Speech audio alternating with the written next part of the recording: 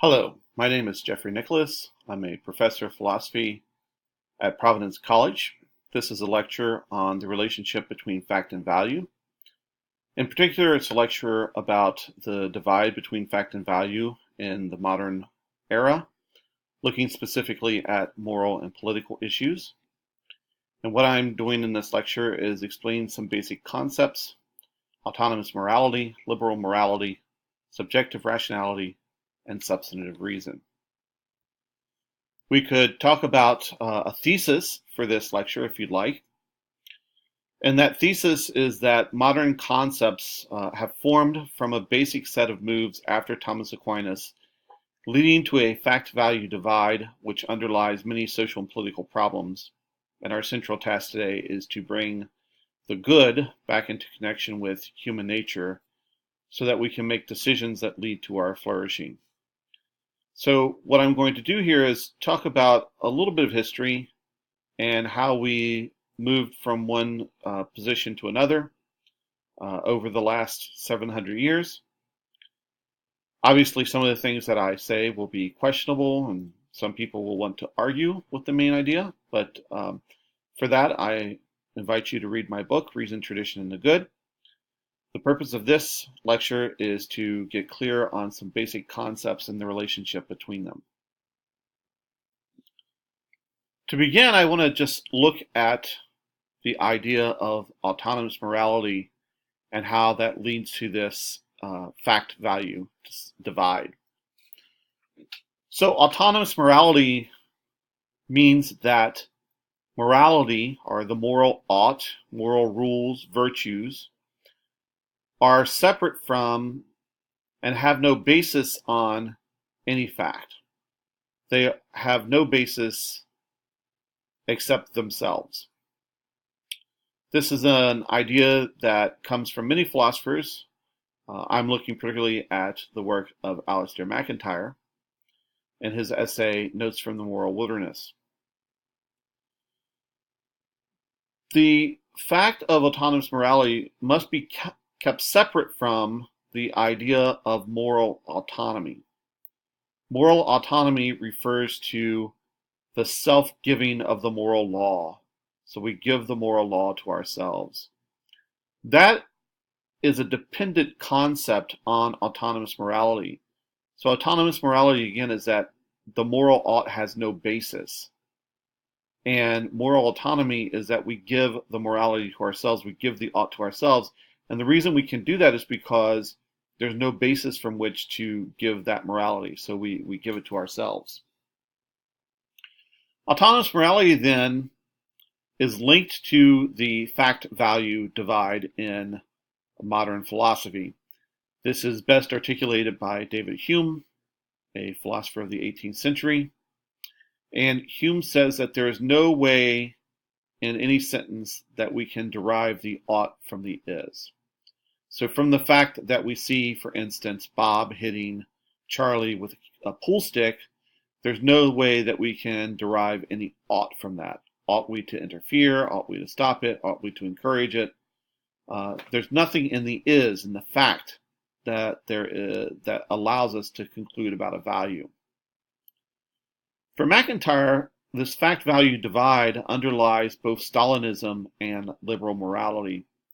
So Stalinism would be the program of Joseph Stalin as leader of the Soviet Union, and particularly the atrocities that he committed against the people of the Soviet Union, the death camps, the tortures, etc.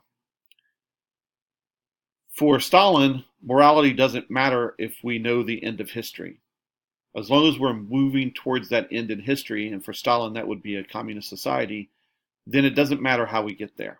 The ends justifies the mean. Liberal morality is the flip side of this, according to MacIntyre. And when we talk about liberal morality here, we're talking about classical liberalism. So we're talking about Democrats and Republicans. We're talking about the idea of freedom of the market and freedom of the individual. And here the idea is not that history justifies our actions, but that morality is completely independent of history. So it's the negative image of Stalinism. The two primary examples of liberal morality in the contemporary era are Kantianism and utilitarianism in their various forms. Kantianism, of course, says that morality has nothing to do with the facts of the world. It comes from our will. And the idea of moral autonomy fits in here because we impose the law, the moral law, upon ourselves. Utilitarianism will say that morality is independent of the movement of history, even if we have to use the facts of the world to justify any action that we might engage in. On both accounts, Kantianism and utilitarianism, there's no basis to morality except for the morality itself. It's a coherent theory. If we just want to take a simple example then, lying. Under autonomous morality, there are no facts that either justify or condemn lying. There's no is that leads us to conclude some ought from it. And that's why we can get Kant to say that lying is always wrong, and Mill to say that lying could be justified in particular circumstances. So when we're talking about facts here, we're talking about persistent human desires. So I'm not talking about, for instance, the desire not to upset my wife when she asks me if she's wearing clothes that make her look large. And we're talking instead about the persistent desire for, say, relationships with others, something that all human beings will share. The Stalinists here will then say that if lying leads to the end of history, that is to communism, then it's justified. And the liberal will say, well, what kind of theory do I have to either condemn or to justify lying? So the facts, the persistent human desires have nothing to do with this. Examples like this within morality lead to a breakdown in the modern period, as identified by Friedrich Nietzsche. And so Nietzsche says that morality is just the expression of a particular place in the social world. It's a particular expression of power. And so the strong do not worry about lying because they make their own truth, for instance, whereas the weak are concerned about lying because it hurts them, unless, of course, they can use lying to benefit themselves. So this is just one example of the kinds of things that we're dealing with and that lead to problems in the modern period. Now I want to jump to the idea of reason. And we see a particular move here in reason that helps us to understand what particularly is going on in what's going on in the modern world. And we'll see a similar move when we talk about autonomous morality. So at a certain period in time, we might talk about an objective reason. And here I'm stepping somewhat outside of MacIntyre and focusing more on critical theory, particularly the theory of Horkheimer and Adorno and others of the Frankfurt School. So the idea of an objective reason is that there's a telos discoverable in the world, that there's a plan in the world or a system in the world that's out there beyond our own control, out there beyond our subjective selves, which helps us to figure out what the right thing to do is. Now, historically speaking, this reaches a high point with Thomas Aquinas and Dante and their expression of the Catholic Christian worldview. What happens after Thomas, though, is a series of moves in philosophy and theology that lead to the rejection of objective reason and the rise of subjective rationality. So here we have the doctrine of twofold truth that says the truths of theology are separate and independent from the truths of nature or the truths of reason. And this was proposed by John Duns Scotus to help undermine some of the power plays made by popes at the end of the High Middle Ages. Along with this comes the principle of nominalism and the principle of parsimony. Nominalism says there are no universals that exist independently. So the idea of a telos disappears then, because the telos is a universal. Okay, so universals means things like human nature or goodness. The principle of parsimony says that if we can explain things with fewer explanatory points, then we should use those fewer points rather than more points. So if we can explain the origin of the world with just science, we don't need to add God into the situation. At the same time, we have developments in science focused on particularly perception. So here we have Leonardo da Vinci really showing us the power of perception. And so his examination of cadavers shows what we can learn about the human body.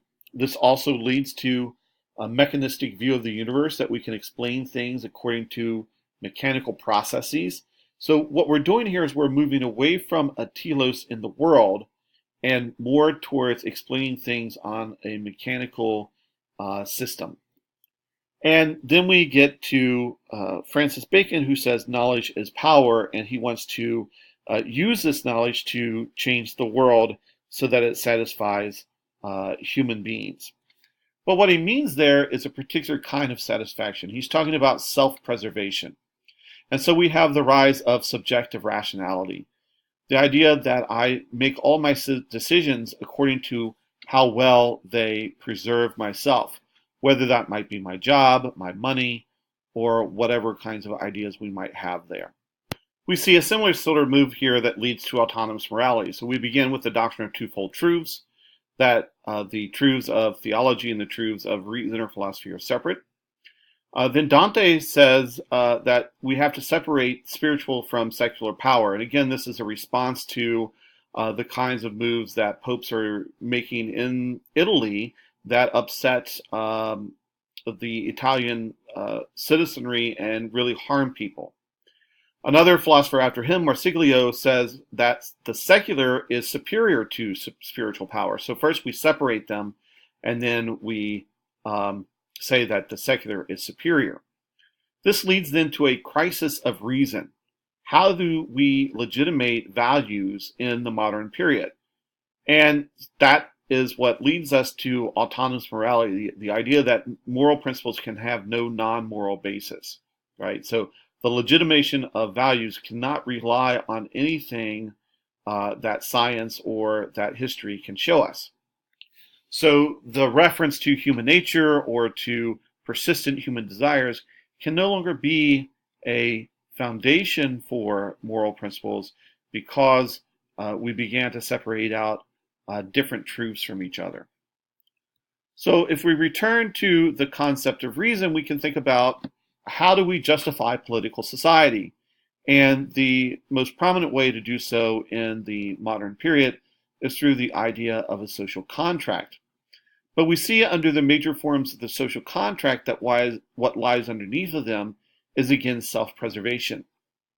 This might be a little bit more obvious in Hobbes.